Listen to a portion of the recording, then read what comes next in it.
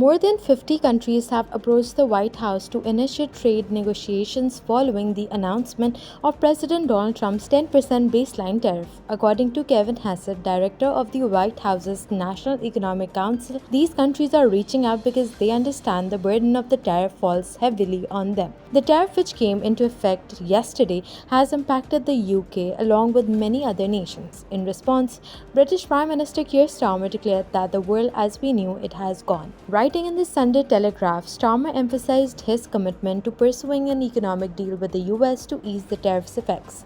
He also hinted at the possibility of government intervention, stating, "We stand ready to use industrial policy to help shelter British business from the storm." Starmer acknowledged that some may be uncomfortable with state intervention, but stressed that outdated sentiments must be set aside in today's rapidly changing world. He further pledged to strengthen international alliances, reduce trade barriers with other countries, and turbocharge plans aimed at making the UK less vulnerable to global market shocks.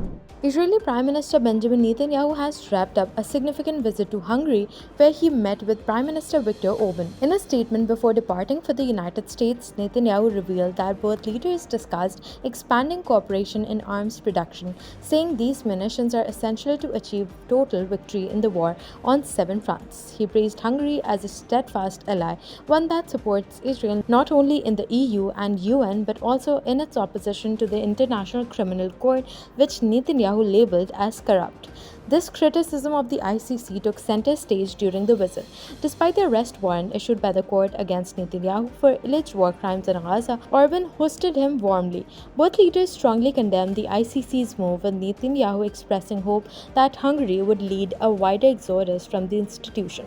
He is now heading to Washington to meet US President Donald Trump, with discussions expected to cover Iran, trade tariffs, and continued diplomatic support amid growing international legal pressure. Meanwhile, on the ground in Gaza, the humanitarian crisis continues to escalate.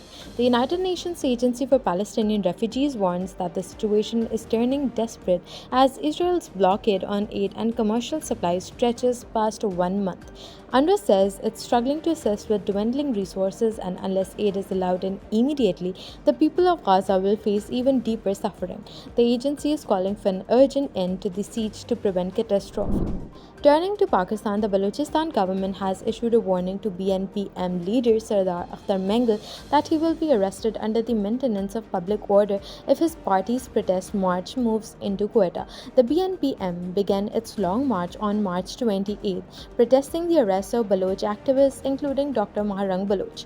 The protest, which includes a sit-in at Pass, entered its 10th day today. The provincial administration has placed containers on roads and suspended internet services in Quetta and nearby districts.